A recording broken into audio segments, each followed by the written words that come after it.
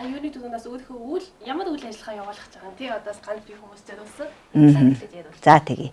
За тэгэхээр манд эмээ сайт дээр бас синглчүүдэд зориулаад ганц бие хүмүүст зориулаад гэр бүл судлаач хүний хувьд тийм ээ гэр бүл судлаач хүн ягаад ганц бие хүний тухай ярьж гэнэ вэ гэдгээ бас хэлээд ямар үйл ажиллагаа явуулах вэ гэхээр нөгөөдөр 2 сарын 14-ний угтаад 2 сарын 13-ны өдөр оройны 7 цагаас өглөөний 5 цаг болтол зөвхөн 25-аас 45 насны зөвхөн залуучуудыг ихэвчлэн энд бол гэрлээгүй голцоо ирж байгаа. Нэг 50-60% огт гэрлээгүй хүүхдүүд хүмүүс ирнэ. Тэгээд нэг 20-30% бол гэрэл үерхжсэн нэг хүүхд төрүүлсэн. Тэгтээ гэрлээгүй бас хүүхдтэй хүн байж болно. Нэг буюу нэгээс 2, 3 хүүхдтэй ч байж болно гэж байгаа. За гэрлээд явж итэл хань ижил нь бурхан болчлоо. Тэгээ мөнхс орвогийн мөнхсийг үзүүлчлээ. Тэгэхээр тийм хагцал үдсэн гэсэн үг, бэлэвсэн гэсэн үг. Их залуугаараа бэлэвсэн болсон 23 4-төө их залуугаараа үерхжсэн залуугаа алдаад яг сууна гэсэн төлөвлөгөө эрсдэлд ороод тэгээд ингээд цаашдаа огт гэрлэхгүй байх хэрэгтэй юм болов уу, гэрлэх хэрэгтэй юм болов уу гэдгийг мэдэхгүй сэтгэл зүйн хувьд биш хүнд дарамтнд байгаа юм хүмүүс байгаа. За тэгээд бас гадаад руу найз залууны явцсан, найз бүсгүйний явцсан. Тэгээд дор хаяж 3 4 5 жил хүлээгээд ингээд 10 төгсөөд нэлийн удаан хүлээлээ. Тэгээд ирсэнгүү тэгээд нэг сонссон чинь тэндээ залуутаа тэндээ бүсгүйтэй болцсон байна гэсэн. Тэгээд энэс сэтгэл зүйн гутралд ороод тэгээд найзууд хоорондоо бас ярихлаар цаашаа ховж болох ч гэдэг юм уу ийм асуудал ирдэг. Хүний хувийн нууц асуудал бол хувьдаа байх ёстой. Ээж авдаа ярихлаар сэтгэлийн зовооч нь, ах トゥ удаа ярихлаар бас болохгүй. Найзуудаа ярихлаар бас цаашаага хүмүүст ярьчих болов гэсэн юм айдас байгаа. Тийм учраас энэ бүх одоо хүмүүсийн сэтгэл зүйн 90% сэтгэл зүйн энэ асуудлаас болоод депресд ордог.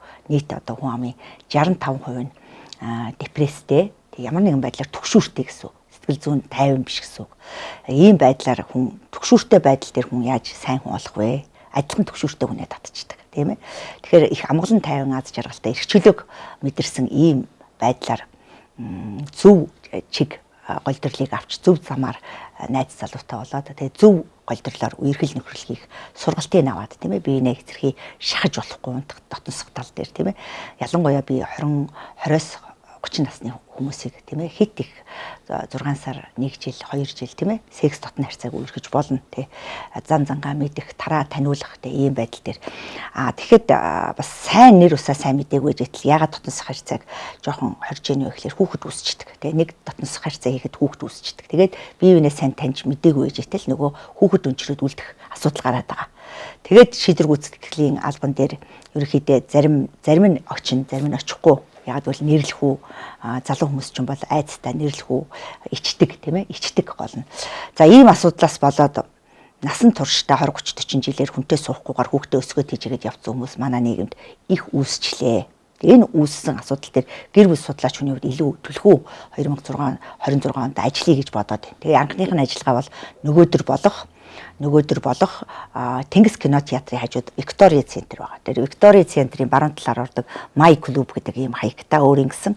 За энэ лөө ямар ч хэсэн 7-оос оройны 23 цаг хүртэл. Тэр бол 23-аас эхэлдэг байхгүй юу. Тэгэхээр тэрний өмнө нь ямар ч хэсэн нүүрээ хараад хинбэ яах вэ гэх вэ.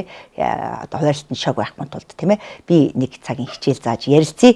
2 цагт нь бол би бүжиг зааж өгье. Би ч бас одоо диско чөлөөтийн бүжгийн багш болсон байгаа. Тэгэхээр тэр бүжиг сурах явцдаа биенээ харна ажиглана. Эхлээд нүдний харцаар сонсголоор дуу хоолойг хөдөлгөөний эвслийн тийм ээ жишээлбэл тэгээ гэрэл засарж байгаа гэрлийн харна тухайн одоо сонгох гэж байгаа залуугийнхаа тийм ээ энэ бүхтөр 5 мэдрэхүүгээ ашиглаад тэгээ чөлөөтэй ажлын фронт дээр юм уу нийгэм дээр юм уу дэлгүүр хоршоонд юм уу энэ бүх 5 мэдрэхүүгээ ажиллуулах тэр болгон боломж байхгүй байгаа. Тэгээ тэр боломжийн одоо миний хувьд бол энэ хийж байгаа ажиллагаа сардаа нэг удаа хагас өдөр болгоо хийж байгаа энэ сургалт болоод байгаа. Тэгээ синглчүүд бүгд ажилтаа тий бүгд завгүй мэдж байгаа. Гэхдээ хагас өдөр ажил дуусах юм байгаа үсттэй. Тий 27 цаг дуусна. Өглөөний 5 цаг болтлыг сайхан орчинд ижил төвчний ижил зоригтой тэнд гэр бүлтэй хүн алга тэнд одоо гэрэлчгсэн хүний 2 дугаар болоод хэрэг төгт орох гээд байгаа асуудал юу ч байхгүй. Тэнд бол дандаа ганц хүмүүсийг шалгаж оруулах. Гол нь ямарваа нэгэн одоо жишээл байшин барилга авлаа гэхэд хүн гэрчлэгээ ордер авдаг. Нэрээ бичдэг. Түүнтэй адилхан энэ яг аль биесээр цаанаа гэрэлсэн үү гэрлээгүй юу? Энэ цаанаа өөрийн гэсэн одоо эзэмшлийн бүсгүй байгаа юу байхгүй юу гэдэг зүйлийг залуучууд мэдэхгүй. Тэгсэн ирнэ туршлагагүй. Тэгсэн ирнэ нэрлэхүү зан гаргаад гэр бүлтэй хүнтэй 3 жил 4 жилээр үргэлжсэн байдаг. Бүр гайхмаар нь.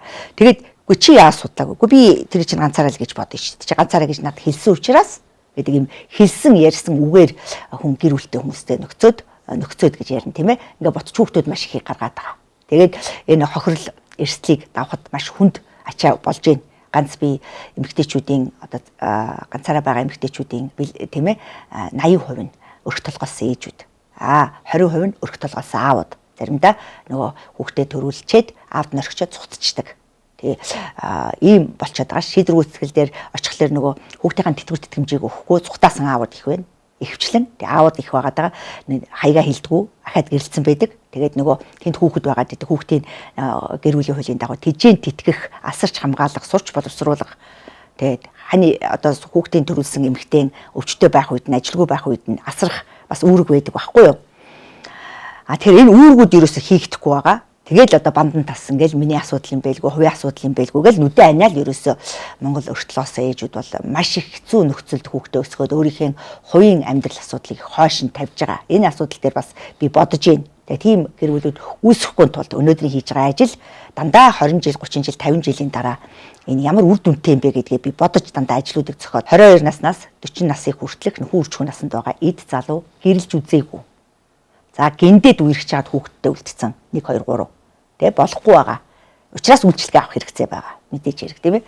Тийм хүмүүсийг гэрлээгүйг нь ижлэр нь гэрлээгүйтэй нь ганцны хүүхдтэй ингээд ойлгохоор нь би ер нь бол холбож өгөх ийм мэрэгжлийн хүн, гэр бүл судлаач хүн. Ойлгохгүй зүйлээ бол 99088602 руу залгаад эсвэл гэр бүл судлаач Наран Түвэ гэдэг пэйж хуудас руу орж болно. Эсвэл одоо эргээд энэ манд цэг юм байна гэд сайт руу өөрснөлөө нь ярих юм бол эдгээр надтай яаж холбогдох вэ гэдгийг хэлээд өгнө. Ер нь нийгэм ганц бие байх хандлагатай болоод байна шүү дээ. Одоо жишээлбэл таны сая үйл ажиллагаа 20-аас 30 насныхан гэж саяас хэлсэн шүү дээ. Тэнгүүд яг 20-аас 30 насныхан болонгууд одоо дөнгөж их сургуулаа төгсөөд би одоо юуны ч тухайн төрөөгөө бас хүнтэй суух нь бас болов байхаа. Тэгээ ядаж би нэг карьер одоо мэрэгчлэрээ нэг 4 жил ажиллаж идэх ч юм уу тий. Одоо нэг тийм хандлагатай болоод тэрнээсээ болоод зөвхөн ингээд карьертай өөрийгөө зориулах гэдэг бас ганц бие байх хүмүүсээс олширчлаа шүү дээ. Энэ тал дээр бас та юу гэж хэлэх вэ? Бас зарим эцэг эхчүүд бол нөгөө нэг чи одоо юуны тухайн төрөг хүнтэй сон гэж юу ийсэн ингээд загиндаг ч хүмүүс бас байдаг шүү дээ. Энэ тал дээр бас та юу гэж хэлэх вэ? За 18 настай 10 дугаар ангиа төгсөхдөө бизнесийн ухаантай тэгээ өөрийн хайрладаг охинтой тэгээд карьераа маш өндөрт авч явангаа ихтэй сургуульд маш сайн суралцсангаа найз охинтойгоо найз залуутайгаа үерхэнгээ явж байгаа суудсан 18-аас эхлээ суудсан хүмүүс байна. Тэдрийг одоо юу гэж хэлэх вэ? Тэд карьер хөөгөөгүй юм болж гинүү жишээлбэл. Энэ бол зүгээр харьцангуй ойлголт. Энэ бол зүгээр л одоо тех байх гэж төсөөлж бодсон амнаас ам дамжсан одоо яриа хов гэсэн үг. Тийм учраас ээж аавууд ялангуяа хүүхдүүдээ чи юуны тухайн төрөлгөө юучгүй байж ээж гэж хараагаад тэгээд чи одоо хүнтэй сууж болохгүй гэдэг хараалын үг хэлж эхлэхээр энэ хараал нь 30 нас хүртэл 40 нас хүртэл 50 нас хүртэл хүнтэй суухгүй явж байгаа нь энэ үг байхгүй юу?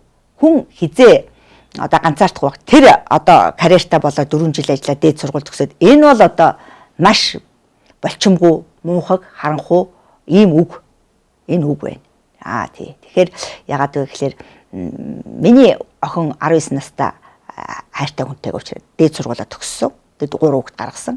Тэгээд одоо хамгийн сайхан ажил үйлчлэгээ хийж байна. Энэ карьергүй гэх үү? Жишээлбэл хүүхдүүд нь ч өсөж байна, хайр сэтгэлийн чажууд нь орон байран ч үүсэж байна. Бүх юм зэрэг ингэж хөгжиж байна. Тэнцвэртэй, байгалийн тэнцвэрт байдлыг хадгалж альва нэгэн зүйлийг ингээ гаж байдалд ороод альва нэг зүйлийг хит ингэж хорих юм уу? Хит ингээ дэврүүлэх ийм асуудал байж болохгүй. Миний бодлоор хүн өөрийн чадамжтай. Жишээлбэл би 3 дугаар курсээс эхлээд эхнийхээ хүүхдийг төрүүлсэн дээд сургуулийн. Тэгээ надад тэр үед чадамж байсан учраас би өөртөө итгэлтэй би сургуулаа төгсөн, сургуулаа хаяхгүй гэсэн надад итгэл үнэмшил байсан учраас би хүнтэй суудсан. 3 дугаар курс төгсгөд би төрж исэн. Жишээлбэл. Тэгээд би карьергүй гэж хэлэх үү өөрийгөө. Жишээл миний эсрэг ярьж гин гэсэн үг байхгүй юу? Тэр битэл бүр тэр үгнээс чинь эсрэгээр нь миний ээж за чи 3 дугаар курс чи дээд сургууль төгсөхдөө нөхөр хүүхэдтэй болоогүй бол бити гэрт орж ирээрэй. Ингэж хэлж намайг дээд сургуульд явуулж ирсэн. Би Ломноос их сургуульд явхад надад тэгж хэлж ирсэн. За энэ байдлаар нь социалист нийгмийн эцэг эхчүүд хүүхдүүдээ гэр бүлсэг, гэр бүлийн төлөөх гэсэн сэтгэл зүйтэй нас биед хүрсэн хүмүүс өөрсдөө тэгж үзээгүй ээжээж үзээгүй зүйлээ үр хүүхдэд ачцээдээ дандаа хүсээд байна. аз жаргалтай байх талын биш, дандаа ганцаардах талын, золбинтах, завхаарах талын ийм одоо сургаалуудыг ховж ивүүдийг маш ихээр яриад байгаамаа 90 оноос хойш. Тийм учраас залуучууд чинь айсандаа болоод нэгдүгээр гэрэлж чадахгүй байна. Хоёрдугаар эрэгтэй хүнийг мангас гэж үзэж байна. Эмэгтэй хүмүүсийг шолмос гэж үзэж байна. Яагаад гэвэл тэд чинь бүгдээрээ аимшигын тэр шолмоснууд чинь сэгсэрн, завхаа, шоучин, мөнгийн хулгаална, эд хөрөнгийн дээрэмд нь юу гэнэ үү? Тэгээд одоо ингээл одоо зөв октодын нэр хүнд чинь хинчж болцсон. Бүгд янхан бие үнэлгч болцсон. Залуучууд нь ч ялгаа байхгүй. Тийм болцсон. Энэ байдлыг хэн хийсэн? Энэ байдлыг өнөөдрийн 40 настай, 50 настай, 60 настай, 70 настай хүмүүс л хийсэн. Бид нар энийг сургасан. Эдгээр өөр хинээс сурах юм. Бидний хэлж ярьж байгаа буруу энэ бодлогогүй энэ байдлаас, хүмүүжүүлгүй энэ байдлаас бидний хийж байгаа буруу явдал судлаас энэ өсвөр насны 20 настай, 30 настай хүүхдүүд чинь ингээ айчлаа. Энэ хүүхдүүдийг хэн болиулах ёстой юм? Мэргэжлийн хүний хувьд би болиулах ёстой гэж бодож байна. Тэгээ нөгөө гэр бүл салалт их байна гэж тэгж байгаа шүү дээ. Одоо тэгвэл зарим хүмүүс бол ялч нөгөө нэг таниагүй байхдаа ингээд одоо залуудаа ч юм уу суугаад 2-3 жил ажиллаад бендраад ингээд салдаг. Зарим хүмүүс олонгод 20-30 жил цуг байсан ч гэсэн ингээд салдаг шүү дээ. Тэгэхээр яг одоо гэр бүлийн үнэт одоо харилцаач гэх юм уу те яг үнэт зүйл нь бас алдагдаад л салж байгаа билгүй дээ. Энэ тэлтэй бас. Тий. Ер нь бол гэр бүлийн хоёргүй сэтгэлээр үнэнч байхын үнц нь алдагдж байгаа гэсэн үг. Ажил дээр ялгаагүй, тууштай нэг газараа 30-40-50 жилээр ажиллах. Улс төр ялгаагүй, тууштай нэг намдаа зүтгэх. Бизнесийн салбарт ялгаагүй, тууштай одоо нэг дороос нь ахуулаад тэр салбартаа бүр ингээд цэвэрлэгчээс нь ахуулаад ингээд механик засварчнаас нь ахуулаад ингээд ажиллах. Тууштай нэг салбартаа, тууштай хоёргүй сэтгэлээр нэг зүйлд зүтгэх. Тууштай нэг мэрэгжлэр гандан буурахгүй амжилт гарган гаргахлаа явах. Ямарваа нэгэн зүйлээс ингээд шантарч эргэж бултаж зүхдахгүйгээр ямар нэгэн жижигэн асуудал эрсдэл гарч ирэхэд зүхтаагаад байгаа энэ чанар нь байгальлаг биш байгаад байгаа. Жишээлбэл одоо нэг өдөр цэлмэг байдаг, нэг өдөр бүрхэг болчдөг, тийм ээ? Үүл гараад ирдэг. Заримдаа шуурга шуурчдаг, заримдаа аадар мөндөр орчдөг. Энэ байгаль дэлхийг хүртэл өөрийн гэсэн нэг янзаараа байдаггүй. Түүнтэй адилхан хүний амьдрал хүртэл аз жаргалд хүрэхийн тулд өдөр шөнөө ээлжилдэгтэй адилхан эрсдлүүд маш их гарч ирдэг. Хөндлөнгийн атаархсан, санаандгүй ийм асуудлууд гаднаас орж ирдэг байхгүй юу? Аав ээж нь ах дүү нөлөөлцөн, найз нөхд нь нөлөөлцөн, нөхрийн татаж чангаатсан ч гэдэг юм уу, тийм ээ? Ингээд тэр гэр бүлийг ингээд салгах. Ер нь бол хүн их муухай амтан. Тий, аз жаргалтай байгаа зүйлийг харах дурггүй. Аз жаргалгүй зүйлийг харж багтааваа хангах дуртай, хүний мууд дуртай гэсэн үг. Хүн ер нь хүний мууд дуртай. Ийм араншин байдаг бидний дотор. Хүний мууд дуртай тийм араншин байдаг.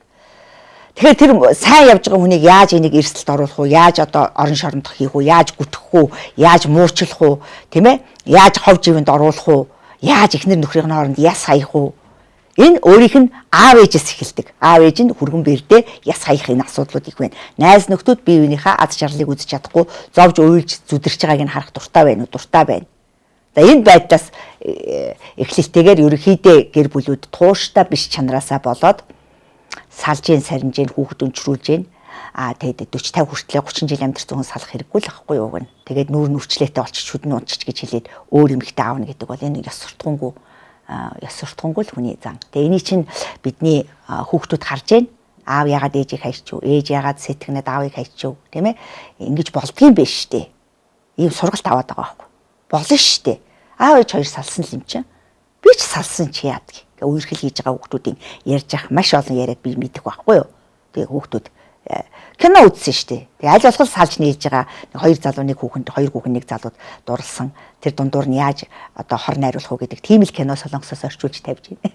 ертөнц чинь бүр яг тийм л болсон юм аашаа. Бүхлүүдийн хичээл заагдаад байгаа. Солонгосын бүх сериалууд ер нь дандаа тийм байдаг. Тэгээд энэ сериалуудыг гадаад орн баг авахгүй гэхнээ бидрийг ингээд яг өөрсдийн ингээд сургаад тэр зүйлийг үздэггүй хүмүүс нэг 30% та байгаа аахгүй. Тэр солонгосын сериалыг үздэггүй огт тоож үздэггүй. 30-40% байгаа. Мэдээ одоо Монголын нийгмээр гарч байгаа хүмүүсийн тарих угааж байгаа. Бас ялгаагүй шүү дээ. Улс төрөөр гоё болгон амьдралыг чинь баян болгон, сайхан болгоно гэж бас тарих угааж байгаа. Ийм мэдээг үзэх дурггүй. Энэ дандаа худлаа ярьж байгаа гэж бодоод хизээч мэдээ үзэж үзээгүй ийм гэр бүлүүд маш их байж идэг. Тийм ээ? Зөвхөн амьтны ертөнц үздэг. Энэ бол үнэн байдаг. Тэр зэрлэг амьтны ертөнц яг үнэн. Бусад бүх зүйл худлаа. гэдэг ч юм уу тийм ээ. Шин ингэж санаа оноо өгдөг тийм бүтээлч сэтгэлгээ үзүүлдэг тийм нэвтрүүлэг үздэг хүмүүс бас байдаг. Зөвхөн тэмцээн худлаа зүйл байхгүй тийм ээ. Тэмцээн өрсөлдөөн улс хоорондын одоо цаны юм байдаг юм уу, тэшүүрийн байдаг юм уу тийм ээ. Байц сурын байдаг юм уу. Энэ бол яг жинхэнэ үнэн хичээл зүтгэл байхгүй юу. Тийм үнэн юмыг сонирхож тэмүүлдэг болсон шүү. Маш их хүмүүс оюунлаг болцсон шүү. Тийм учраас манай залуучууд бас их оюунлаг байгаасаа тэр муухай зүйлийг яаж зас сайхан болгох вэ гэдэг дээр толгойгоо ажил. Муухайг яг барьцаж яхиж муухай зүйл хийх вэ гэж бити бодоосоо. Сайхан зүйл байх юм бол түүнээс ч илүү сайхныг би яаж хийх вэ гэдгийг хийдэг байгаасаа гэдэг. Ийм л одоо чадвар залуучуудад хэрэгцээтэй байна. Яг бол залуучууд их нандин Монголын ирээдүй дэлхийд одоо Монголыг арчигдахгүй юу гэдгийг шийдэх нь бид нар биш байхгүй юу? Бидний үр хүүхдүүд байгаа. Бидний ажилтны нар байгаа. Тэд нар л Монголын ирээдүйн иргэд эзэд нь байхгүй юу? Бид нар бол одоо авсрууга шайрагдж байгаа. Доошоо уруудаж явж байгаа ийм өтөл насанд очсон үздгээ үзээ жаргадгаа жараад дур хандгаа ханаад хүүхдээ төрүүлдгээ өсгөдгөө өсгөөд бүх зүйлээ үзсэн ийм өндөрлөгт гарсан хүмүүс их учиртай ухаантай байх хэрэгтэй. Ирээдүйн залуучуудад жолоогийг нөхөх гэж байгаа, цулбуурыг нөхөх гэж байгаа энэ улс их орныхаа ирээдүг их гоё, ихтгэл үнэмшилтэй, нандин, ариун байдлыг атгуулж өгөх хэрэгтэй байгаа. Тэгээ энэ дээр л одоо манай залуучууд ээж аавууд ялангуяа бодож хүүхдүүдтэй хэлдэг байгаасаа үгээр биш үйлдэлээр үзүүлдэг байгаасаа тэг үйлдэлээр үзүүлэхгүй байгаа. Үйлдэлээр хүүхдүүдэд хараад зүгж байгаа, цохиж байгаа. Тэгээд хийж байгаа гоё зүйл дээр нь урам зориг өгөхгүй байгаа. Тэгээд жоохон дэмжиж өгөөч гэсэн дээр нь дэмжиж өгөхгүй байгаа. Тэгээ шал хэрэггүй тийм ээ зүйл дээр эд хогшил хэрэгтэй хэрэггүй хог навш болохоор зээлээр авчаад хүүхдэд нь сурч боловсрыг дууланд сууя. Намайг жоохон дэмжиж өгөөч ийм сургалтанд сууя гэдгийг огт дэмжихгүй байгаа. Энэ бол одоо харанхуй мөнхөг болсон үндэсний л нэг хэв шинж гэж ингэж бодож байна. Олон асууд ингэ байна. Тэнгүүд ерөөсөө ингэ хүүхдтэй болохоо ингэ айгаа хаашлуулдаг. Жишээлбэл хоёлын ядаж ингэ одоо унах унаатай орох оронтой болоод дараа нь хүүхдэд төлөвлөё гэд явдаг ч юм уу те. Тэнгүүд магадгүй ингэ нас ингэ 30 луу ингэ төхөөд идэх ч юм уу. Энэ тал дээр бас одоо мөнгөтэй болоод өөрийгөө болцоод босцохоо дараас хүүхдэд болохоос зөв буруу юу те. Энэ тал дээр бас та яг ингэ олон кейс дээр ажиллаж байгаа хүний хувьд бас би хүнийг ямар байхыг мэдэхгүй би өөрийгөө л ярий. Надад юу ч байгаагүй нэг чемодантай хувцс байсан. Тэгтээ би хүүхэдтэй болсон. Хүүхэд хүнсээ барьж ирдэг. Би тэрэнд итгэдэг. Хүүхэд гарч ирэхээр хүүхдээ харсан их хүн одоо өвдөгчгүй байх юмсан гэж хувцс хунаар авах хэрэгтэй болно. Сайхан орон гэр тусад нь өөрт нь өрөө тавьж өгөх юмсан, өөрт нь зориулсан гудас дэвсгэр хүнжил авч өгөх юмсан. Гэт тэрэн дээр одоо хоосон зүйлээс хосууд хүүхдээ гаргачих юм бол илүү бат бөх өөр тийшээ харах. Хүүхэд гаргая гэж итл салаад байгаа байхгүй. Хамгийн инээдэмтэй нөгөө 3 жилийн дараа 5 жилийн дараа бүх юмтай болоод хүүхэдтэй болно гэсэн чинь тэгээд хаа вэ? Салчаад байгаа байхгүй. Нэгэнт 22 3 хүрсэн бол аав ээж хурдхан шиг харуул. Тэгээ удам судрыг харчих. Аав ээжүүд нь зөв нүдээр бие биенлийг харж гин үү? Тэгээд таашаалтаа инээмсэглэж гин үү? Тэр аав ээжүүд чинь уйдцсан хүүхэд нь том болцсон юм чинь өвөр дээр нь тавиал үлгийдээ 50 гутлаа өөртөө баалгаж хийлгээл үлгийдээ л хооллол унтлал хүүхдээ чинь өсгөл өгнө. Наадвал ч өөртөө цөөх хүүхэд гаргацсан байгаа. Олон хүүхэд гаргацсан хүн болохоор өөртөө хүүхдээ хар гэдэг. Би жишээл олон хүүхэд гаргасан учраас манай хүүхдүүд 5 ачцээтэй штэ. Тэгээ нэг нь өсгөөгүй штэ. Аимшигын өөрөө нөгөө хөгшрөө 40 үрээд хүүхэд гаргацсан ахад өвчтэй юм шиг 40 хүрээд нөгөө хөгшрөөд нөгөө хүүхдгүй яандаа гэж айсандаа болоод нөгөө эрхлүүлэхийн тулд 40 нас хүрээд хүүхэд төрүүлсэн. Тэгээ тэр хүүхэд манд өнгөж 15 6 настай. Өөрийнхөө хүүхдийг яа гэж байна. Өөртөө эзэн гаргасан хүмүүс нь өөртөө хүүхдээ өсгөн шүү гэж би хэлдэг. Миний хувьд бол тэрээс ганц нэг хүүхэд гаргачаад хүүхдийн мөрөөсөл болоод өөрөө хүүхэд гаргая гэсэн чи цэвэрсэн ээжүүд байдаг тийм ээ. Хөгшрөөд 40 хүрээд хүүхэд гаргаагүй аль 20-тойны ганц 2 хүүхэд гаргацсан. Тэгэл 30-та 40-той ингээд цэвэрчиж байгаа. Тэнгүүт л хүүхэд гаргамаар санагдал хүүхэд үнэрлэмээр санагдал тэгэл ингээд эхэлдэг. Тэнгүүт л хүүхдүүдэд хурдхан шиг хүнтэй суулгаад алив хүүхэд гаргаад наашаа аваад тэр. Тэг хүүхдийг гаргаад шууд өвөө эмээ харин сайхан өсгөөд өгч байгаа юм шүү. Тэ 2 3 4 5-аар нь өсгөж өгөөд цэцэрлэгч сайхан нөгөө хүүхдүүд нь ээж нь ажилгүй цалин авдаг хөгшин гэдэг хүн ажилд авахгүй байгаа. Тэгэнгүүт л тэндээс хүүхэд нь авсан цалингийнхаа нэг 10-20% бурхандаа хүүхдийн минь өсгөж өгч яана гэдэг нэг сар болгон 200-300 мянган төгрөг хандивлаад бөөн баяр харна шүү дээ. Тэгээ бөөн баяр 200 мянгад чинь бөөн баяр харна. Цэцэрлэг бол 2 сая төгрөг авна. Чиний ээж бол 200 мянган цаас аваад хүүхдийн чинь өөрийнхөө хүүхдийг өсгөж байгаа юм шиг өсгөөд өгнө. Тийм учраас ерөөсө залуучууд хүүхэд төрүүлэхээс битээ. Хүүхэд ерөөсө төрүүлэхээс битээ. Хүүхэд өөрөө хүнсээ барьж ирдэг. Хүүхдээ харангуйтай хоёр талаас нь эвимин гэж хэрэлцэн даруйда хүүхдээ үнсэнгүүтээ хоёулаа эвлэрчдэг. Өөр нь бол. Тэгээд октод нөгөө хүүхдээ аваад гэрлүүгөө гүгээд ахыг өвчтэй юм шиг. Өөр нь хүрээд гарцсан ч нөхөр нь наашир гэж хэлэхгүй 2 жил болчлаа гинэ. Гогч нь гэсэн чи яах гэж гарсан юм? Наашир гэдээ оруулаад ирсэн гэр оронд нь чи явлаа гэж хүүхдээ үлгийдж авч гарч идэг илүү маяг. Одоо яаж авчрах вэ гин? Одоо өнгөрөө. Эргээд тэр гэрлүү орохгүй гэсэн үг та. Өөр бүсгүүчүүд янз янзаар орж ийн. Тэр залуу хүнтэй суух дургүй болчлоо. Чиний хүүхдийг чи аав. Тийм муухай болчлоо. Чи тийм болголоо. Гарч явснараа.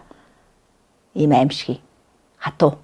Ер нь хайр сэтгэл гэр бүлийн амьдрал бол маш учрыг олж зөв ментор, коуч, тийм ээ, зөв зөвлөх хүнээс асуухгүй бол бас зарим сэтгэл зүйч гэсэн нэртэй 20 эдтэй 30 эдтэй өөрөө хүнтэй сууж үзээг, өөрөө хүүхэд төрүүлж үзээг, өөрөө хэрэлдэж үзээгүй, эвлэрч үзээгүй. Тийм хүн зөвлөгөө өгöd ах юм. Өөрөө үзээгүй юм хүнд ярьж болдго юм уу? Тий? Өөрөө үдцсэн байж хүнд зөвлөнө гэж яриа штэ. Ном уншингуудаа хүн зөвлөгөө өгдөг гэж яриад ах юм. Байхгүй амьдрал ном хоёр чинь тэнгэр газар шиг ондоо. Амьдрал шал өөр. Нэг ном дээр бичсэн зүйл нэг хүний амьдрал тохирч магадгүй. Нөгөө 1000 сая 2 сая хүний амьдрал тохирохгүй байхгүй юу? Тий. Тохирохгүй. Хэрэлдэж байгаа хэрүүл нь адилхан биш байдгийг.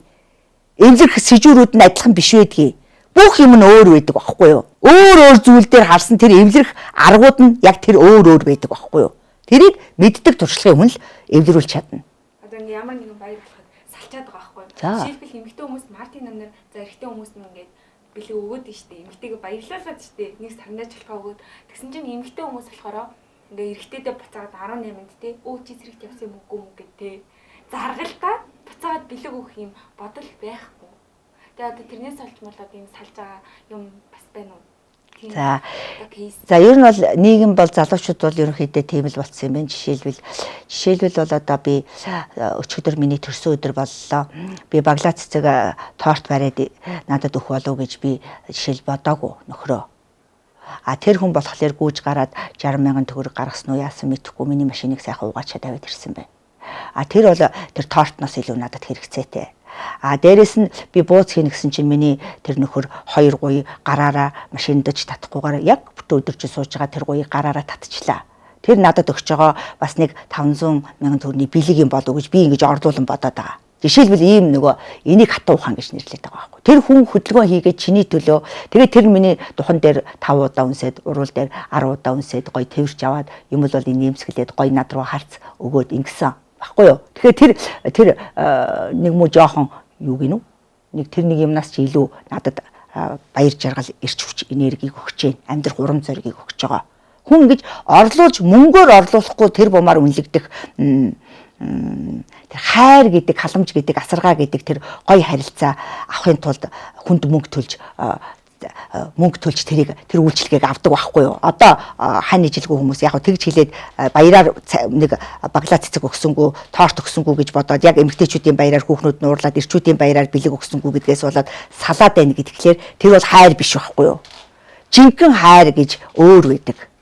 Жинхэнэ хайр гэдэг чинь өөр байдаг. Тэр нэг муу жижигхэн бэлэг өгсөн авснаас болоод хүн салдаг гэж байвал тэр өөрөө айгүй хариугүй хүн байна. Сул дорой, хариу өчүүхэн тийм юм тийм боддог хүн орчлонд байдаг юм бах та гэж баг би сая бодлоо шүү дээ. Тэр чинь тэр бэлгээ бол хизээс бол хизээ авч болно шүү дээ хүн. Тэр залуу хамтал байгаа тохиолдолд өөрөө гараас нь хөтлөөд бэлэг авчлаа. Авсанд тооцъё. Энэ дээр 10 үнс, энэ дээр 10 үнс, энэ дээр 10 үнс. За бэлэг давуулан авлаа гэдэг ч юм уу тийм ээ. Ингээд өөрөө тэр бэлгээ яаж авмаар байгаа, яавал сэтгэл санаа чинь гоё болмоор байгаа. Тэр зүйлээ тэр хүнээс мөнгөөр орлуулахгүй их бэлгийг эр хүнээс жишээлбэл эмэгтэй хүнээс авдаг байхгүй юу. Хүмүүс тэрийгэ тооцохгүй байгаа тийм. Заавал ингээд бодтойгоор мөнгө гартанд бариулаад харагдуулахад тэр яг бэлэг мөн тэгэхгүй бол сэтгэл байхгүй байх гэж ингэж бодоод яриад үйлдээд тэгээд тэр өчүүхэн зүйлээс болоод нөгөө хайртай гэсэн харилцаагаа сөнөөнө гэдэг бол арай л өрөвдөлтөй байна. Эсвэл нөгөө нэг найз нь ингээд том баглаа цэцэг авчихсан тэгэнгүүт бас тэр охин бас найзаагаа харангуутаас тийм ингээд бийцэн баглаа цэцэг найз залуугаас авах хэрэгтэй байна гэдэг ч юм уу тийм бодлоос байдгийг. Тий. Тэгтээ тэрийг яг хөдөө дараагийн удаа дараа жил гэж байна, тэрний дараа жил гэж байна, тэрний дараа жил гэж байна. Тэгээд нэг гой дур хансан үед нь тэр залуу тэр хүмүүжил аваагүй ч бас аав ээж нь хайрлах дээр гой цэцэг авч өгөөрэй гэж сургаагүй л ахгүй юу. Тэр залуу өөр зүйл гутлаа аваад өгсөн юм чинь 800 мянгаар болох байх гээд цэцэг авснаас илүү баярлах байх гээд ингээд тэр залуу өөрөөр бодсон байж болно шүү дээ. Жишээлбэл тэр залуутай ярилцаагүй байхгүй энэ тухай би чамаас нэг л зүйл гуймаар байна. Чи зөвшөөрөх үү гэд тэгэхээр би зөвшөөрнө. Би юу л бол юугээ чинь биелүүлэх дуртай байна гэхээр чи яг миний төрсөдөр болохоор л тийм ээ хамгийн том баглаа цэцгийг надад бэлгэлж ивэл тэгэл би болоо гэд бодож чинь би чамд энэ л хүслээ хэлмээр байна. Тэр далдыг уншихгүй ч бас чиний тийм хүсэлтэй байсан чи мэдэхгүй шүү дээ. Мэдэхгүй байхгүй юу. Тэр хүүхэнд байхгүйсэн муу гуталтай явж исэн үйл болох гээд ингээд тэр үнэтэй гутлыг л аваад өгсөн байхгүй юу. Тэгээ тэр цэцгэнээс хэдэн мянга дахин илүү үнэтэй байхгүй юу. 500 мянгаар цэцэг авахгүй тодорхой шүү дээ. 200-аар л том баглаа авна шүү дээ. Тэгэхээр 800 мянгаар гутал авч өгөөд цэцэг авснаас илүү баярлах болов гэхлээр тэр хүүхэн тийм зүйл биш. Өөр тэр цэцэг бариад ингээд зогсох нь өөрт нь маш их аз жаргалтай санагдахгүй юу. Тэгэхээр тэр зүйлийг бас биелүүлмээр байгаагаа тэр залуудаа зүгээр л хэлэхгүй юу. Зүгээр л хэлчих. Тэгээ тэр залуу гүү би чамд 7 хоног болгоны сүүлээр том баглаа авч өгье гэдэг. Ингээд цалин буух болгондоо би чамд том баглаа авч өгье. Чи тийм л зүйлд баярлдаг бол надад бүр амархан болчлоо. Гэт тэрийг чи авчирж өгнө. Гол нь тэгээ тэрийг өөрөө хоорондоо ярьж хэлэх хэвээр, ойлгуулах хэвээр, ойлгож өгөхгүй байгаа. Тэгээ ойлгохгүйгээс болоод аз жаргалтай хайртай хүмүүс ойлголцож ярилцъя гэдэг зүйлийг нэгдүгээр тавихгүйгээр салаад байгаа. Энэ айгүй хэцүү байгаа надад. Тэгээ тэр ярилцдаг, ойлгуулдаг зүйлийг гэр бүл судлаач хийж өгдөг байхгүй. За ингээ Монголоос Монгол руу орчуулга хийх гэж байна. За чи ер нь яах гэж анхаараа суусан. За чи яах гэж ер нь энэтэй суусан. Одоо тэгээ яах гэж салах гээд байгаа. Хэн та нарыг суугсан өөртөө суучаад юу болоо салах гэж байгааг нэ. Одоо ярьда. Гэт ингээд яриад тэрийг энэ салах шалтгаан биш дээ. Жишээлбэл хүүхэн ийм л юм хүссэн биш. Тийм үү? Нөгөөх нь тийм гэж байгаа байхгүй. Тэг чи яг тийм үгээр хэлээд байгаа юм. Чи энэ үгээр хэлээч гээд би чам үгийн зааж өгдөг. Ингэж хэлжээ гээд. За тэр залуу би хариу тэгд. Чи яах гэж тийм үгээр хэлдэг. Наг хүүхний дээр ингэ хэлчихлээ заа гэж ингэж ойлгоо шүү дээ. Би хэлээд өгье. Би тэрийг хэлж өгдөг.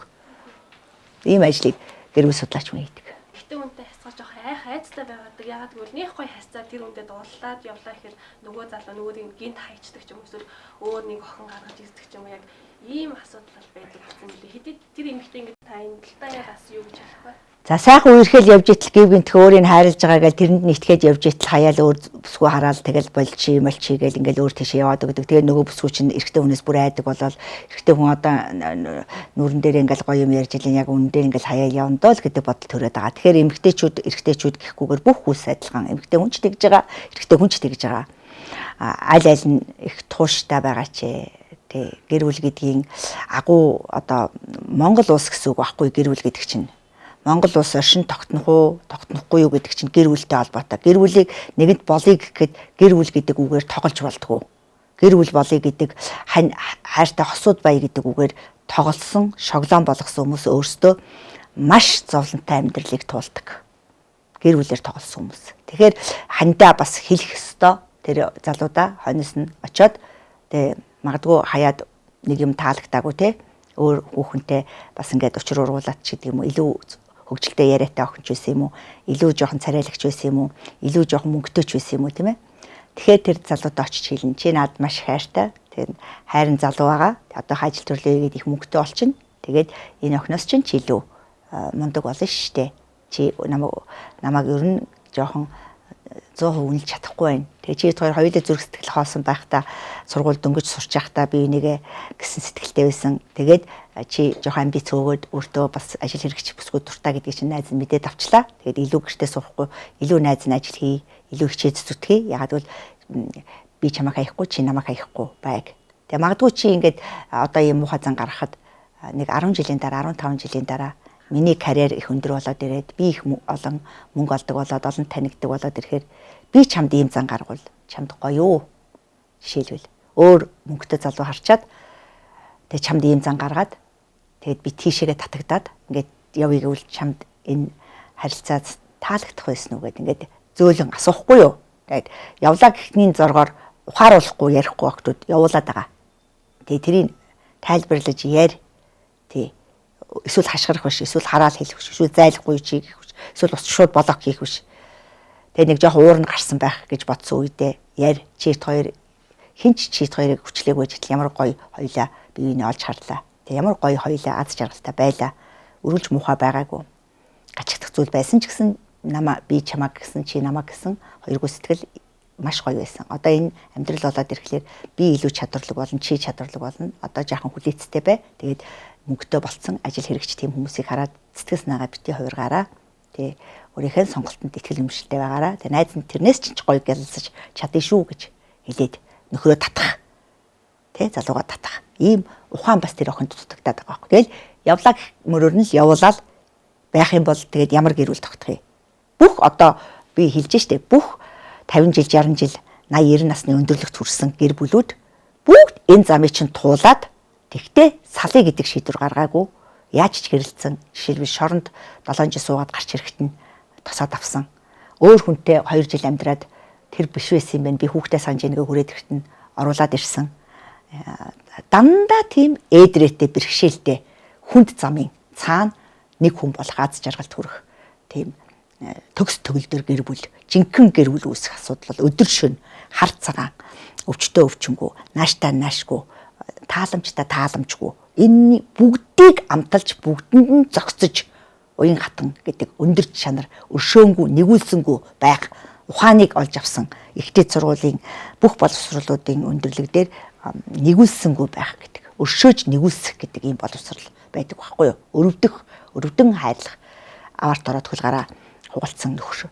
Тэгээд тэрэгцэр дээр суудсан эхнэр байж болно. Тэгэхээр өрөвдөж нэгүүлсэж хайрлах гэдэг хайр гэдэг бол агуу тийм хайрын төвшин байж идэг байхгүй. Тэгтээ тэргүй бид өнөөдөр энэ хороо ертөнцид амьдарч байгаа. Өнөөдөр миний яриаг чагнаж байгаа бүх хүмүүс 100 жилийн дараа үтсэн байна. Амьд нэг хүн нэг ч үлдэхгүй бүгд үхэн. Ийм хархан богинохон хугацаанд амьдарч байгаа.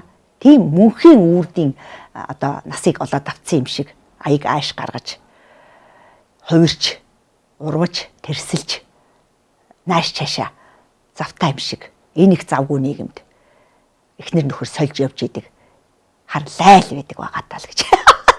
Хар лайл байдаг байгаа таа гэсэн. Хар цагийн гарц тэгсэн дөрвөл аваад өөрсдөө авсан нөхөртөөгөө тэртээ дэргүй бүх айл хэрэлддэг, бүх айл эвлэрдэг. Хороо ертөнц шөнө болчдөг, нар байхгүй болоо дараа нь нар гараад ирдэг. Бүрхэг өдрүүд маш их байдаг. Тэнгэрт үүл битүү нэгч нар байхгүй, нэгч шөнө сар гарахгүй. Тэгснээл гид сэлэмчдэг. Тэгээ сайхан муухай зүйл ээлжилдэг ийм орчлонгийн амьтад байхгүй бид нар. Тэг энэ дэлхийгээ хараад, нар сараа хараад тэг ятгахта амьдралтайгаа хослуулаад бодох. Тэр бодлыг амьдралын ухаан гэж нэрлэдэг байгаа.